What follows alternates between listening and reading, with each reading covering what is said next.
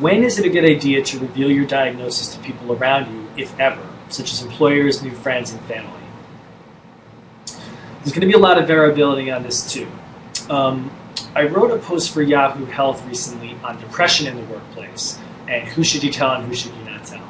When I mentioned talking to coworkers, I said, you know, it might be worthwhile sharing, but don't treat your coworkers as a support group. I think a lot of people feel a lot better when they actually just share what's going on with them. And you may be surprised, maybe people in the office who also have mental health issues, and that can be really, really helpful. But the workplace is really for work. If you're talking to your boss, I think the big thing is just remember who that person is. That person has the company's interest at heart first.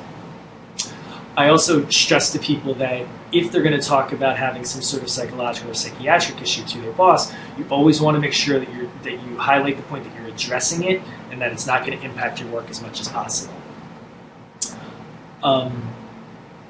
What I've seen with a lot of people is when they just kind of say there's something wrong, they immediately start, the superiors often start looking for flaws in their work. It doesn't mean that bosses are uncaring, or they're trying to imply that for everyone, but I think it's a really good idea to get the idea forward that, like, I'm addressing it. It's not just that I have this illness and I'm a victim, I'm doing something about it. When it comes to family and friends, you know, and this ties into another question about someone was saying that, you know, people just don't get it. They don't understand it. How do you talk to someone who doesn't have bipolar?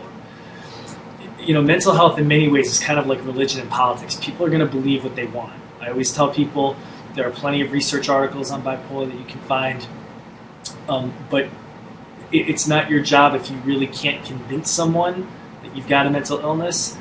That's ultimately going to be their problem. You have to be okay with saying, like, this is the facts, I know what the facts are, and I'm going to be okay with it. Your family and friends, hopefully they're there as a good support system. For those who aren't, you know, people will often go to see a therapist in addition to kind of working with their doctor. And that ties into another question that's come in.